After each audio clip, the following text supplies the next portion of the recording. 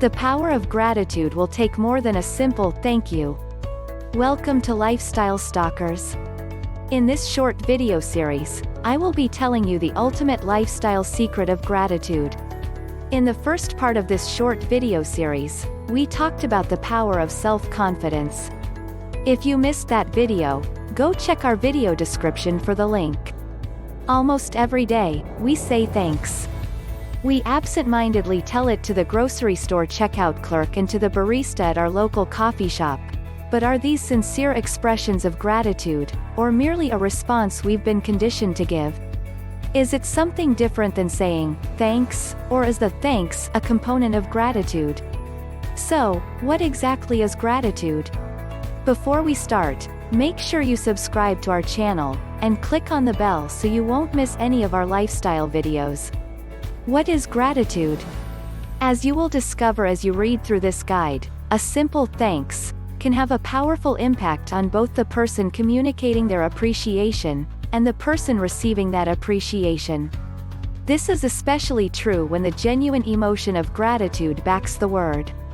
The question then becomes, what exactly is gratitude? The Roman philosopher, Cicero, described gratitude as the greatest of virtues and the parent of all others. It is the key that opens all doors and is the quality that makes us and keeps us young. This statement, spoken more than 2,000 years ago, is quite compelling. It speaks of gratitude as a virtue or quality of being. Gratitude is just this and so much more. Gratitude is also an emotion. It is something that we feel deep in our hearts. We can feel it toward others, when people are grateful to us, or when we see a person express gratitude toward another. As a sentiment or as an exchange between people, there is simplicity to being grateful. And yet, when trying to understand this simplicity, we can find a more complex meaning. Gratitude is an emotion, it is an experience, and it is a conscious choice for awareness. Connections in your relationships are both strengthened and fostered with gratitude. At its core, gratitude holds an experience of universal belonging. We can experience a real sense of overall well-being when you practice the intentional cultivation of gratitude in our lives. Gratitude as a state of being. Take a moment and shut your eyes and try to recall a time when you felt appreciated. Remember this event as if it were happening at this very moment. What words did you hear? What did your body feel like at that moment? What triggered the experience? What were you thinking at the moment? What did you enjoy most about being appreciated? What about this particular moment brought you to remember it today? Write down your answers to these questions in a notebook that you can refer back to later. There isn't a single definition of gratitude. Gratitude has been conceptualized and defined in the context of attitudes, emotions, morals, traits, habits, and even coping techniques. Gratitude is without a doubt an incredibly complex and dynamic emotion. It is a skill that contributes to the satisfaction in relationships and human excellence. Gratitude as an emotion. In this context, we need to be sure to distinguish emotion from the mood. Emotion is about something or someone. It is about a personally significant circumstance or experience. A mood, on the other hand, is not connected to any object and is not dependent on any one thing. By exploring gratitude in this way, we can see that it occurs in response to an action within the framework of a relationship. Something has been given by someone and received by someone else. This exchange helps to foster the emotion of gratitude. Gratitude is an empathic emotion, which means that in order to experience the emotion in exchange, the receiver needs to place himself in the position of the giver. A feeling of gratitude in response to the gift requires the recipient of the gift to sense the giver's positive intention. It is this recognition and empathic connection that provides the foundation for the emotional experience of gratitude in the interaction. We can express gratitude for any number of reasons.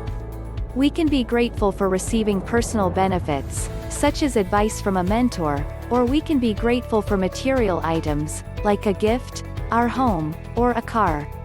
Gratitude can also be fostered through interpersonal fulfillment, such as getting a hug from a friend. Or, we can experience gratitude for a monetary gain, like getting a raise at work. Finding gratitude in society. When we look at the United States today, many see a rich and powerful nation that is admired. It is not respected so much for its military might and technological advancements, but for the freedoms that its citizens enjoy, which enable them to strive to achieve their dreams. The founding values of the nation are what laid the template for everyone who came after the bloody war for independence. The United States and what it is today was shaped by wave after wave of immigrants who adopted our values, putting the country on its path of progress. While the initial years were tough for these new immigrants, they learned to adapt, and survived the first few bleak winters.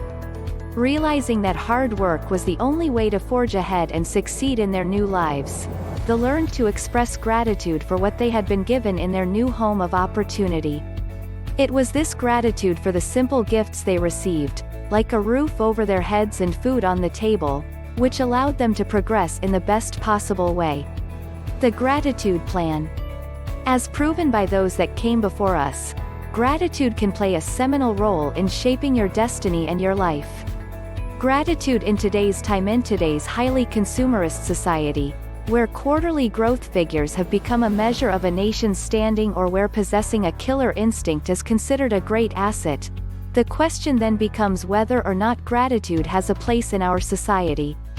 While we are all still pursuing happiness, our ways of finding it varies. For some, we try to obtain it through service and charity, while others try to find it in esoteric books and at the feet of gurus. Unfortunately, for the majority of us, we try to find happiness through material acquisition. This has turned the society into one that feels it is entitled to all it receives and obtains, and shuns the idea of expressing gratitude for all that we have. Things are now viewed, by many, through the prism of sales and purchase, and some even view both relationships and possessions from a use and discard perspective. Thankfully, gratitude is just as contagious as materialism. As soon as you realize that gratitude can help you reach the happiness and greatness you've been chasing,